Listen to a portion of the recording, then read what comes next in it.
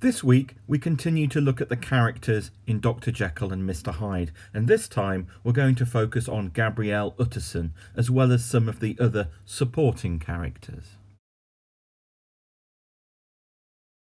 In previous lessons, we've talked about the English skills we're looking for in this unit, but let's just remind ourselves of what these are.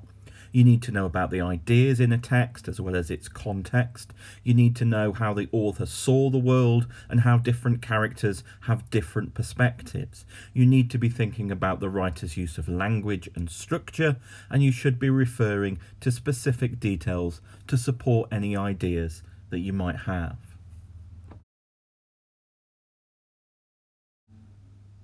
As you know, we started off this unit by looking at the plot, and then we looked at the two main characters of Jekyll and Hyde. Well, this week we'll look at Utterson and the minor characters, which sounds like some kind of very bad rock band. This will be the last of our sessions on character, because in the weeks to come we'll look at what Stevenson was trying to say and how he said it.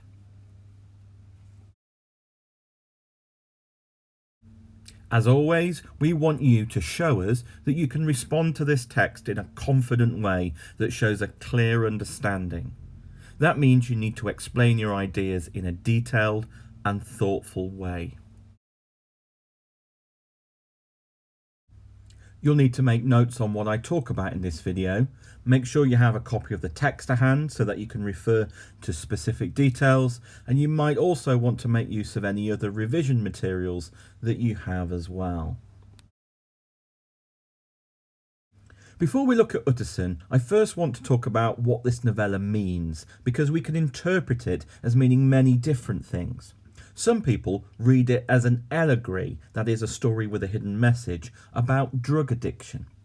Others think it's about the repression of homosexuality in Victorian England, and others still focus on its accusation of hypocrisy.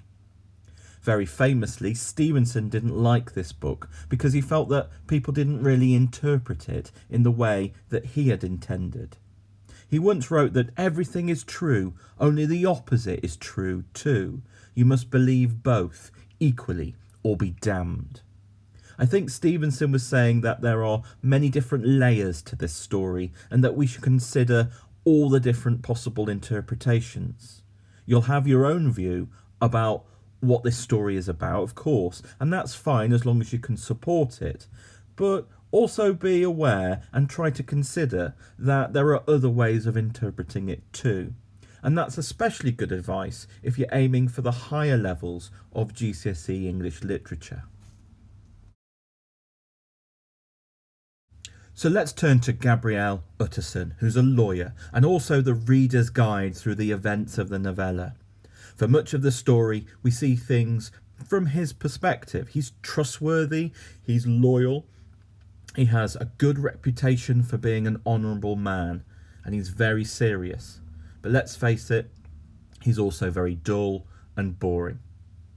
We're told that his face was never lighted by a smile, and that he was cold, scanty, and embarrassed in discourse, backward in sentiment. He isn't a very social person. He doesn't really speak in public, and the use of embarrassed suggests maybe a social anxiety, whilst backward in sentiment suggests that he didn't openly express his feelings. In some ways, he's an unlikely friend for the more outgoing characters like Enfield, because he's somewhat introverted. However, we're told that people hold him in high regard. We're also told that he avoids extremes of behaviour and that he's very self-disciplined and austere. Austere means that you live in a very strict and simple way without much luxury or pleasure. He seems more concerned with his reputation than having fun, in fact. He doesn't drink alcohol to excess, and although he enjoys the theatre, he hasn't gone to see a play for a very long time.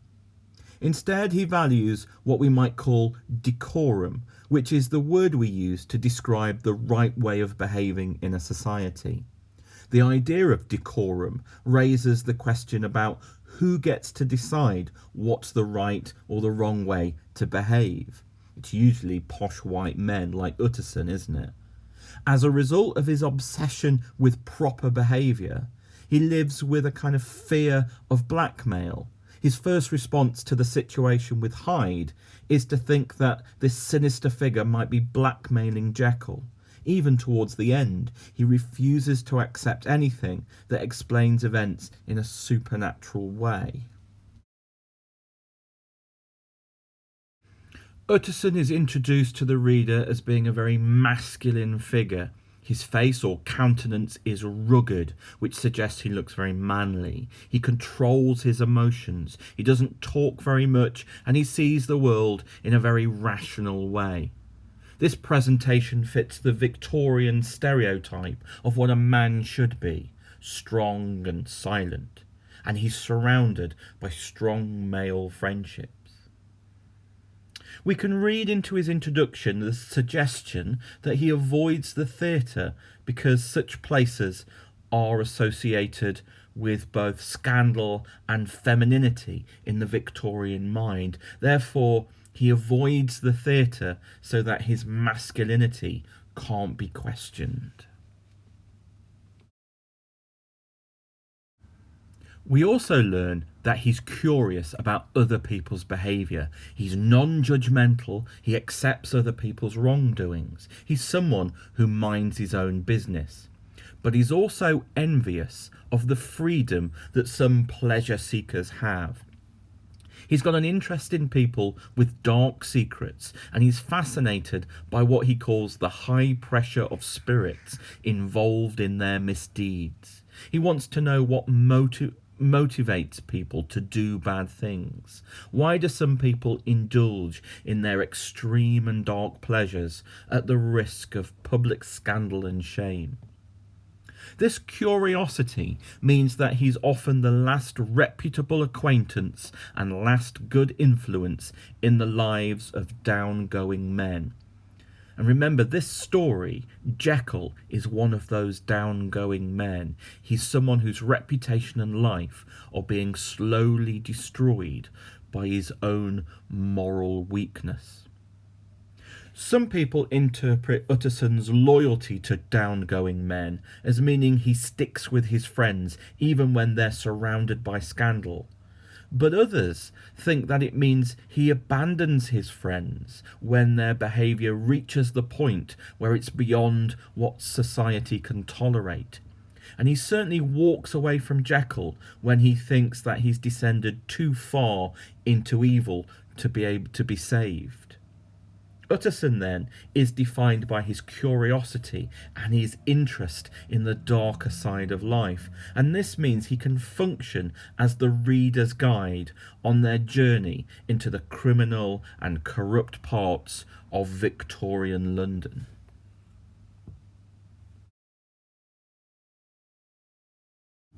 Rather than being the model of the respectable gentleman, the character of Utterson has been described as being a hypocrite. He hides his true self from others, and he's aware of his own shameful past and the many ill things that he's done. And whilst he's ashamed of what he's done, he's also envious of those people who still do similar ill things. We're told he doesn't judge people. And yet that's the first thing he does when he encounters Hyde, who he calls a troglodyte with disgust on his first meeting. And that's quite judgmental, I think. He's a lawyer, but he covers up Jekyll's involvement in the murder of Carew in order to protect him. And on the one hand, that's a sign of his loyalty to his friend. But on the other hand, it shows the reader his hypocrisy. As a lawyer, he upholds the law in public, and yet, at the same time, he breaks it in private. Although he's described as being the last good influence of down-going men, he turns his back on Jekyll, and he walks away from him at his lowest moment. He physically and emotionally turns his back and abandons his friend. He's also a tormented character, as he becomes so obsessed with finding out the true nature of Hyde's relationship to Jekyll that it begins to take over his dreams. In chapter 2, he dreams of a sleeping Jekyll being awoken by Hyde, who appears to him as a phantom and who makes him do terrible and unspeakable things. Lo, there should stand by his side a figure to whom power was given, and even at that dead hour he must rise and do its bidding. I think the function of this dream is to show Utterson letting out his own repressed desires. It would explain his fascination with Hyde. Just like Jekyll, Utterson feels limited by society, and deep down he wants the freedom that Hyde symbolises. Despite his dreams, Utterson refuses to accept the darkness that lurks beneath the surface of civilization. His perspective on life is too limited, really, to understand what's going on. When he sees Jekyll's torment at the window in his final meeting with him, we're told that the experience froze his very blood. It frightened and shocked him, but he couldn't comprehend what was happening. In many ways, Utterson is a symbol of human nature, in that he's a complex and divided figure. He's a mixture of both good and bad. He's loyal, but he abandons his friend at the most important time. He's tolerant of other people's wrongdoing, but he also judges Hyde harshly based only on his appearance. He's reasonable and rational, but he's also tormented by the supernatural in visions and dreams. He tries to control his desires, and yet there's something burning within him that he's struggling to keep in.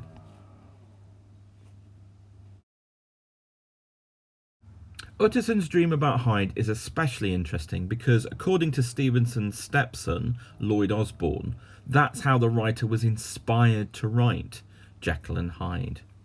During a time of illness, Stevenson was taking a lot of drugs, including cocaine, which was legal in Victorian England, in order to help ease his incredible pain. His fever and drug taking resulted in a vivid dream about what he called a fine bogey tale. On waking, he immediately wrote it down, and that became the basis of Jekyll and Hyde. Hasty Lanyon represents what we might call the conservative side of society. Conservatives value tradition. They're keen to maintain the social order, and they're usually suspicious of radical new ideas. Lanyon is an upper middle class doctor who looks down on those he regards as lower than himself, particularly the working class and criminals. He's reluctant to accept new ideas without any hard evidence, and is determined to focus on facts rather than imagination or speculation. He's what we might call a materialist, rather than somebody who's more spiritual. He's very rational, which is why he can dismiss Jekyll's theories as being unscientific balderdash.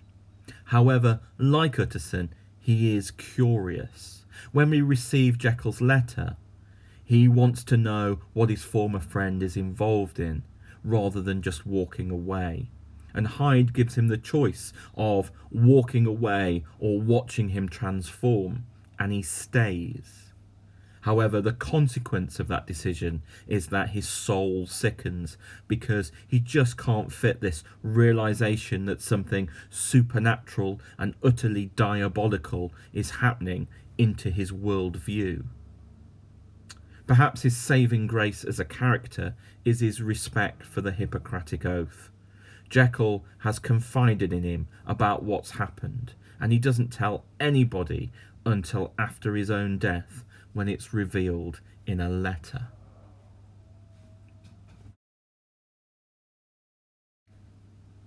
Richard Enfield is described as a well-known man about town, which gives the reader the impression of somebody who goes to lots of restaurants and bars and clubs, who really enjoys the finer things in life. Some might describe him as decadent, which means he loves pleasure too much and has lost sense of what's right and what's wrong. He's the first character to mention Hyde, he says he encountered while he was walking late at night in a disreputable neighbourhood. He tells Utterson that he was coming home from the end of the world, which suggests that he was returning from a place far away from where his family and friends might see him. It suggests that he's been up to no good. When he encounters Hyde, Enfield becomes aggressive. He tells us that Hyde calmly trampled on a girl, which so angers him that he leads a mob of people to confront Hyde. He explains that the crowd were whipped up with the instinct to kill Hyde. And although we tend to focus on Hyde's trampling over the girl, the threat of murderous violence from the crowd seems to me a much larger evil. I think the readers overlook this because we believe his reputation as a well-liked gentleman. Enfield forces Hyde to pay money to the girl's family, which we could interpret as a well-meaning way of getting compensation for this poor girl, but we could also interpret it as Enfield blackmailing Hyde. He's saying either you pay up or we go to the police and we spill the beans about what you've been doing. That's definitely blackmail, isn't it? On the plus side, though, he's discreet and loyal to his friend Henry Jekyll because he leaves him out of the story he tells Utterson, and instead he only focuses on Hyde.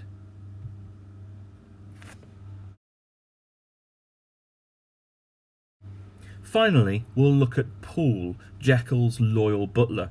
He's one of the few working class characters in the novella, and so he's very different to most of the other characters in the book, apart from Jekyll's other servants and Hyde's housekeeper. He's suspicious of Hyde, and he's got a very good sense of what's right and wrong. He does keep quiet about Jekyll's bad behaviour, though. That is, until he suspects foul play.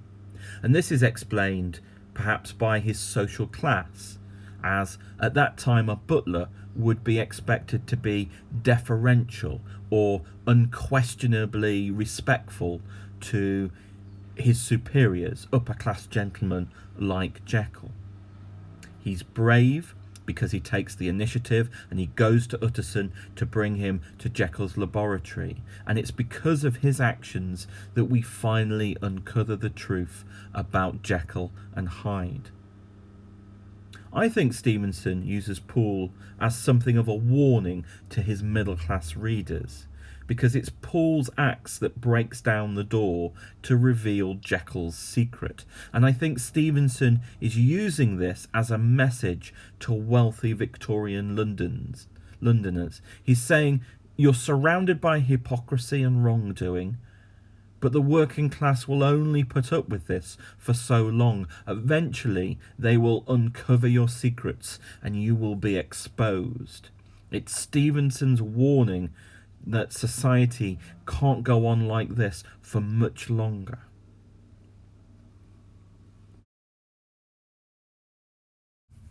So let's sum up what we've been talking about. What function do these supporting characters have in the novella? I think they all reflect to some degree Victorian society. As readers, we follow their curiosity as we go deeper and darker into Victorian London. And our judgments are influenced by how these characters see the world. And we either choose to believe their version of events, or we have to question them. Some characters are supposed to be contrasts to both Jekyll and Hyde. So Lanyon's conservative rationalism is the opposite of Jekyll's radical imagination, and Utterson's sense of constraint and self-discipline contrasts with Hyde's freedom. These characters reveal society's hypocrisy. Utterson and Enfield express a desire for the same freedom that they see in Hyde. They seem envious of him, but they are also repulsed by what he represents. And finally, they are a warning to the reader about the consequences of repression and hypocrisy. They teach us to be more aware of what's going on both within our own minds and in the wider society. It might be useful to consider Stevenson's political beliefs. Throughout his life, he changed his politics quite considerably. In his youth, he was a socialist, just like J.B. Priestley, the author of An Inspector Calls. But as he got older, he became more and more conservative, like his character Lanyon. However, he ended up as what we might call a libertarian. That is, someone who believes that the highest aim of a society should be the protection of the freedoms of its citizens. Because Stevenson valued above all else this sense of freedom, but a freedom that had to be kind and wise as well. And this seems to me what this book is about. It's about knowing that personal freedom is a desirable thing, but it can't be selfish or destructive. It's got to be for the good of all. Although Hyde represents freedom to many readers, he represents the wrong kind of freedom, doesn't he? He represents selfish, self-indulgent, thoughtless freedom. Stevenson is making us reflect on what a more responsible freedom might look like.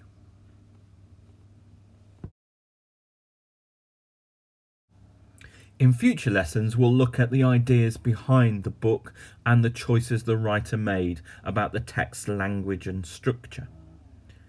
But to get you thinking, here's one critical opinion about the novella from Margot Livesey. She notices how Stevenson opens his eyes and ours to the confusion of reality, and how he shows us something that the modern reader is vitally concerned with, the inescapable duality of our existence. And one of the main ideas of the book is that it asks us to consider this question of duality, that we are neither good nor evil, but a mixture of the two. And I think Utterson and the range of supporting characters reinforce this idea. Here are 3 things for you to think about. Can you describe the character of Gabriel Utterson in your own words? Can you explain how Stevenson uses language and structure to present Gabriel Utterson to the reader? How far do you agree with the view that Utterson is a representation of the typical Victorian gentleman? Try to use details from the text to back up whatever ideas you have.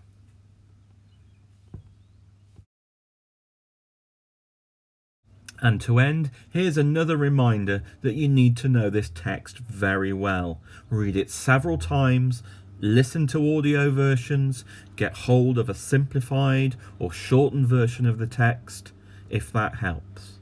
You could also read other works by Robert Louis Stevenson. I'd recommend Treasure Island or Kidnapped. You might even take the time to find out something about the author's life and times. Well, I hope this has been helpful for you, and I look forward to hearing your responses.